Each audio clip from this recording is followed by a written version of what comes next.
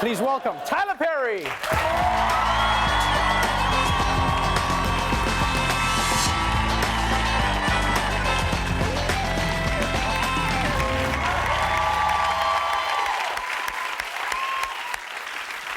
Why the hell it take so long for me to be invited here, man? What do you mean, why did it take so long? You are Tyler Perry. You're an extremely busy person. You have 20 films under your belt. You have 20 plays. You have a production studio. Yeah, you have a lot of things going on at the same time. You're extremely successful. When you started off, when you were doing your first Madea, did you think it was going to get to this? Did you think one day Madea would gross $500 million? Hell no, or I wouldn't have done it.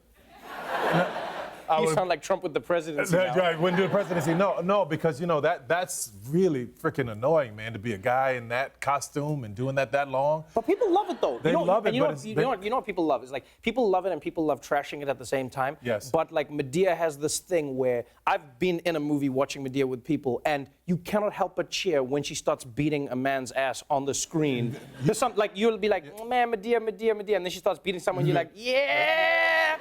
You get into it. Go get Donald Trump, Madea. Go get Donald. Yeah, I get it. That's exactly what you're thinking of, right? I get it. But it's blown up in so many different ways. Yeah.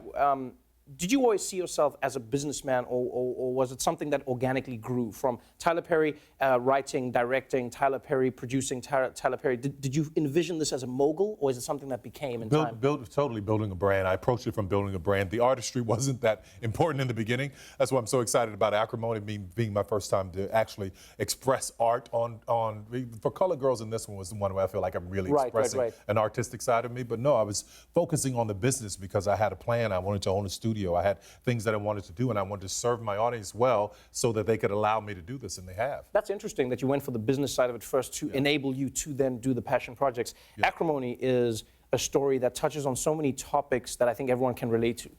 It's love gone wrong. It's people, questioning each other in terms of infidelity. It's cheating or not cheating.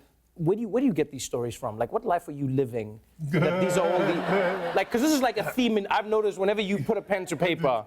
No, I'm the counsel to a lot of my friends, and a lot of my friends have gone through this. And what fascinated me about writing this story is that I would hear her story and I would hear his side, and then they weren't the same. And I thought, wow, why don't I write a movie where you've got these people telling their dueling stories and then let the audience decide who's telling the truth? I like the idea that you sitting there and your friends are like, and then my heart was broken. You're like, say it again. My heart was. Your heart was a good one, line. That's a good line that was a right great there. line. I could never live without him. That was great. That's right. That was great. So don't call me if you have an issue. Just tell it right now. Do your friends ever watch the movies and then like just turn? Like I can picture what people in the cinema and then just turning and looking at you. I don't watch them with them. Oh, nice. I don't watch them with them. I'll show up at the premiere. I'm like, okay, y'all enjoy it. I'll be over here. Right, and Acrimony is not just a cool story. You have an amazing cast as well. Taraji P. Henson starring in the movie. She's been a blowout star. What's it like working with her? Crazy. Taraji's really great because she's not one of those actors that's so deep and into the scene every moment till I must concentrate and focus for hours before I can go on to set. No, she's not that at all. Right.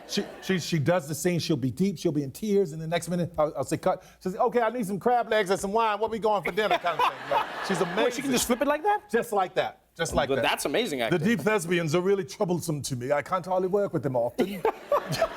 I think you'd be good at that. You should do that. Yeah, that's a new character. I like that. Yeah. Medea goes to Stratford. Yeah, Medea goes to Stratford. Come on, see it now. Medea goes to Stratford. That's to be or not to be. To be or not to be at all. Yes, there it is. That's a new one. I want to credit. I wrote it with for you. sure. For sure. The studios in Atlanta are something that everybody speaks about when they go to Atlanta. I remember when I went there, and we were driving past, and I was like, "What's that?" And someone was like, "Oh, that's Tyler Perry's movie studios." And I was like, "Haha, that's funny." And then they were like, "No, seriously, that's Tyler Perry's movie studios." Yeah. You have built a movie studio that is, I now believe, bigger than Warner Brothers, and you are still building the studio.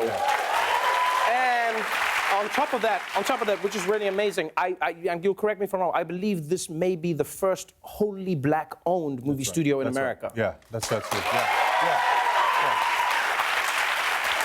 that's a big deal for many reasons. Why do you feel it's so important for you to own your own studio and have a black-owned studio? Well, listen, there's an amazing thing that's happening right now. Everybody's getting a chance to tell the stories of Issa Rae, Donald Glover, Black Panther. You got all these great things happening, but ownership is the key to make sure that longevity stays. So Right. I own everything. I would not sell a script. I would not sell a film. I would not sell the TV shows. Nothing. I owned it all. And to own a studio and have Black Panther be shot there, which part of it was. Right, yeah. And all of these other movies being shot there, it's really, really phenomenal because ownership is the key to generational wealth, Right. generational changes. And I think that's what we need to learn as people of color. That's amazing, man. You've done a big thing. You've made a lot of money doing it. Is there one thing that money has changed in your life that you would never want to let go of? Like, is there something where you go like, and it's like something benign, but where you go like, yeah, money just, if it wasn't for, like, this is the one thing I want to stay rich for. Yeah. What is it?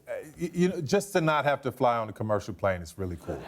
That's really cool. I know it's not a small thing, but it's really, really cool. Why are you looking at me like that, Trevor? I thought you were going to be like Madagascan grapes. No. Just flying on my own plane is a small thing that I enjoy. Just to not have to go.